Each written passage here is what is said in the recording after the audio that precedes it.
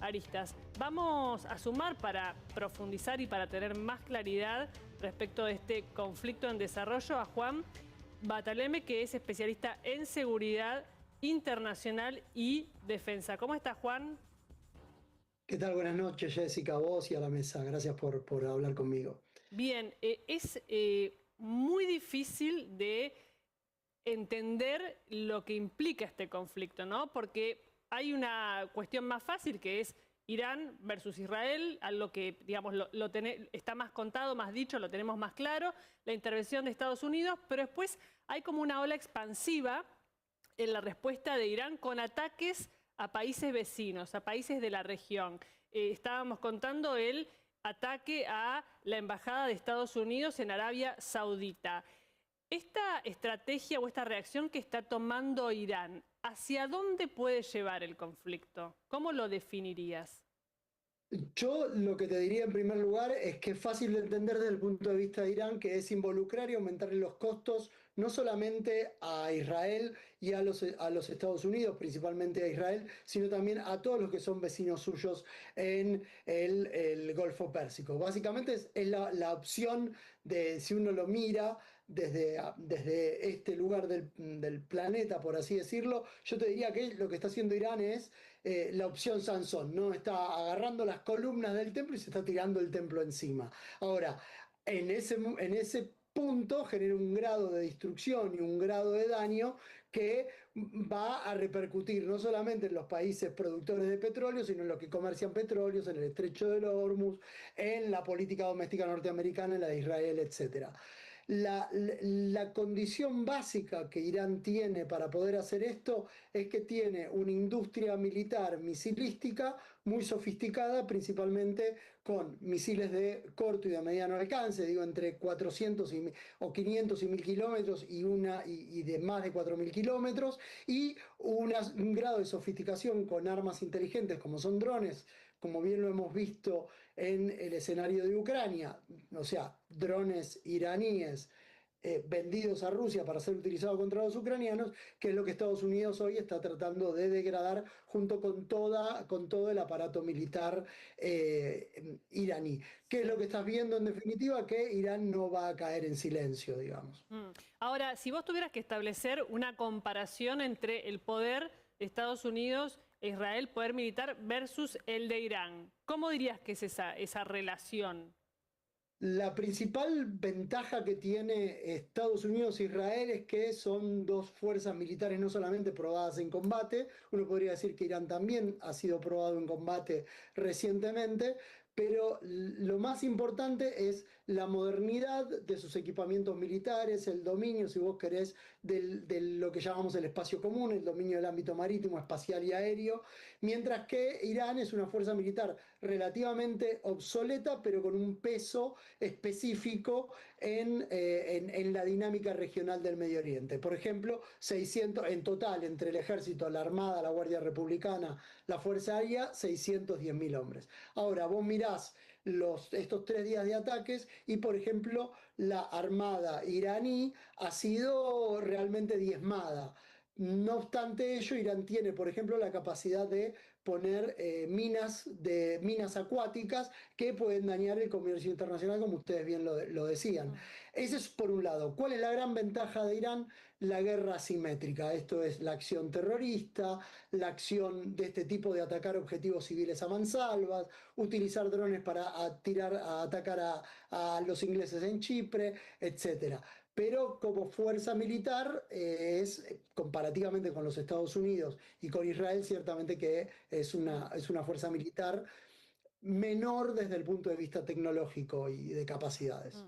¿Qué daños puede causar, Juan, por ejemplo, los objetivos de Irán por ejemplo, bombardear centros de almacenamiento de datos en Arabia Saudita o, por ejemplo, en Qatar, en Kuwait, donde son países que almacenan muchos datos que, digamos, para la Europa oriental y también para Asia, ¿no?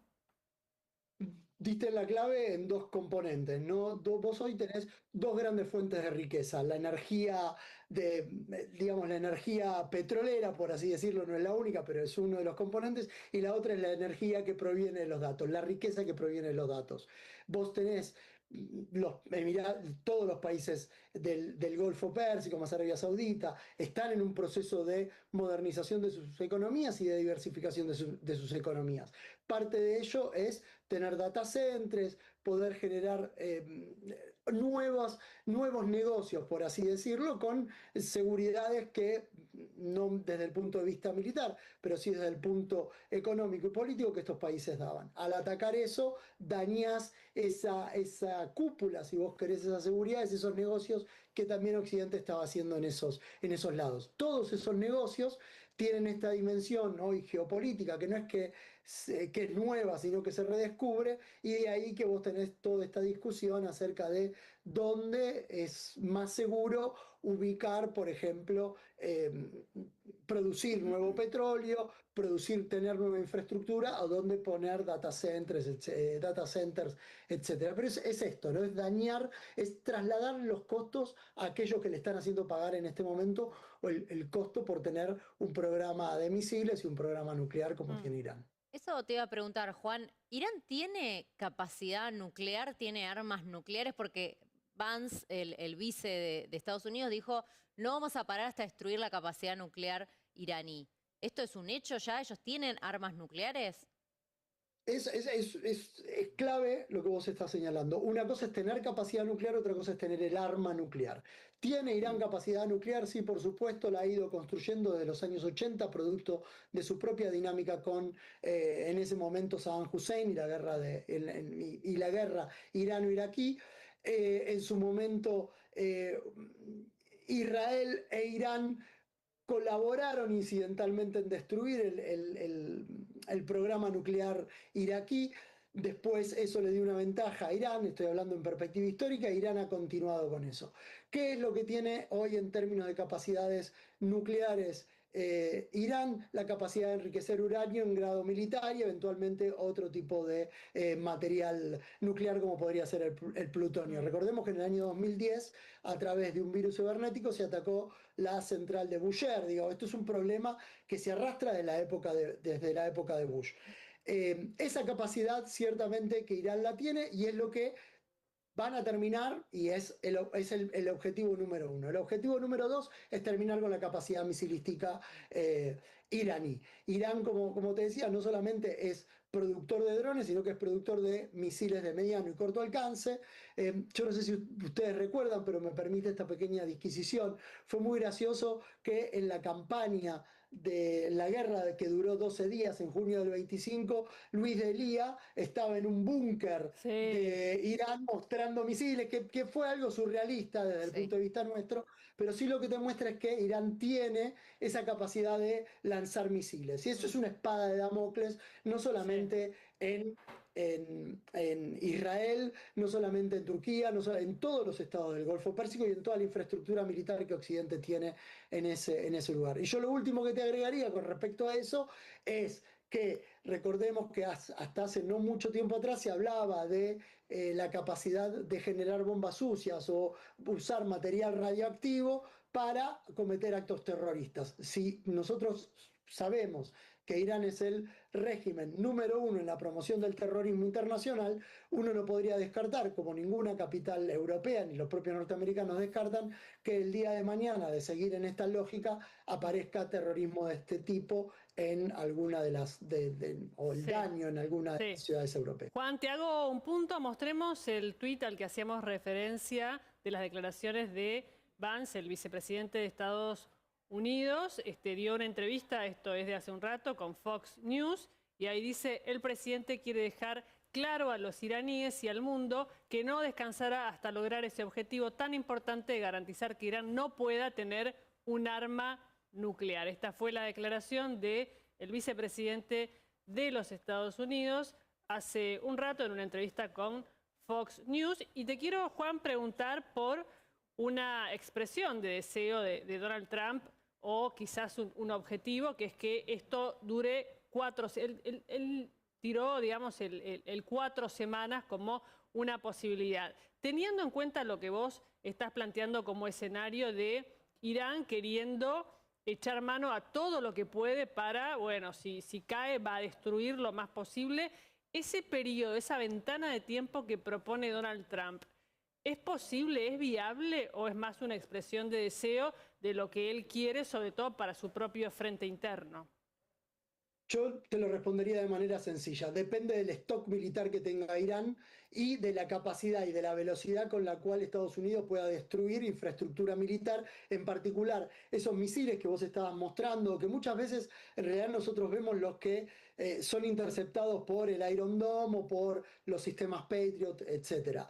La gran virtud, entre comillas, o no sé si es la palabra, pero la gran capacidad que Irán tiene es que esos misiles de corto y mediano alcance son misiles móviles, no son fijos. No, son misiles que van en distintos tipos de camiones, vehículos militares.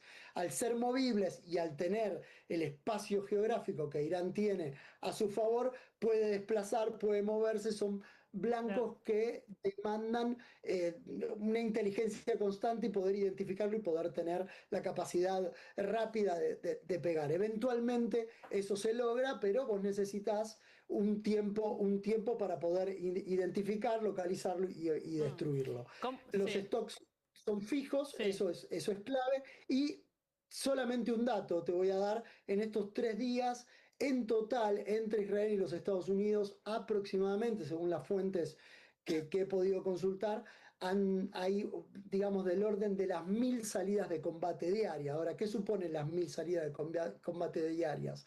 Que no son solo salidas para bombardear, sino que también tenés salidas de reconocimiento, de alerta temprana, de reabastecimiento en vuelo, etcétera. Por lo tanto, hay un volumen aéreo y naval que está atacando Irán en este momento, que vos te tendrías que retrotraer, aquellos que han mirado los números, a casi la primera guerra del Golfo por la magnitud del poder aéreo que se está empleando. Va fuerte, muy fuerte.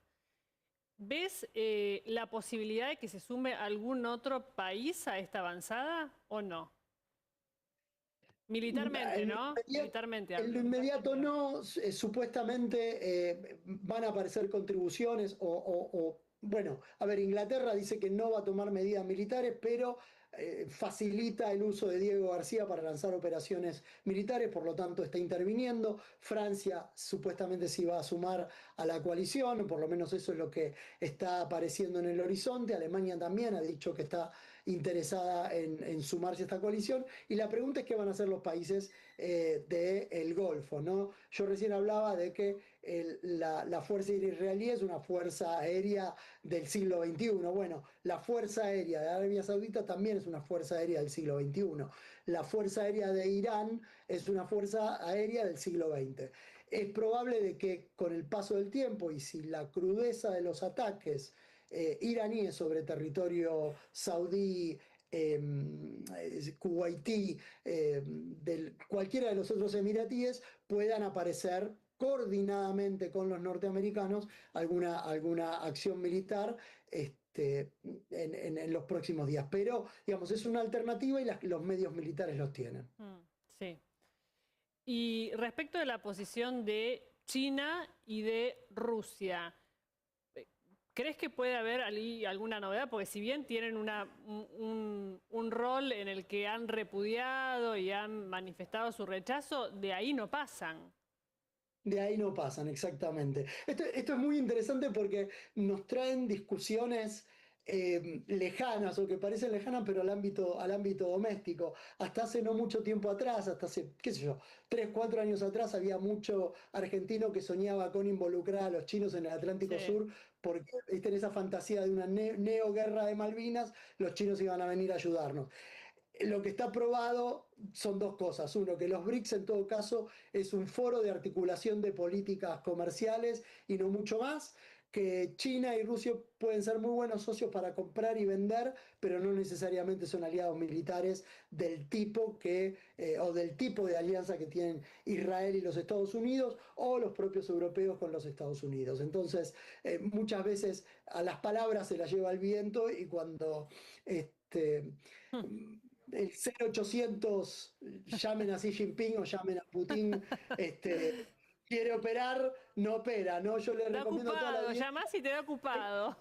Claro, hay una cuenta muy entretenida, sobre todo porque es graciosa y es chiquitita, en Instagram, que se llama Puppet Regime, que hace un poco el juego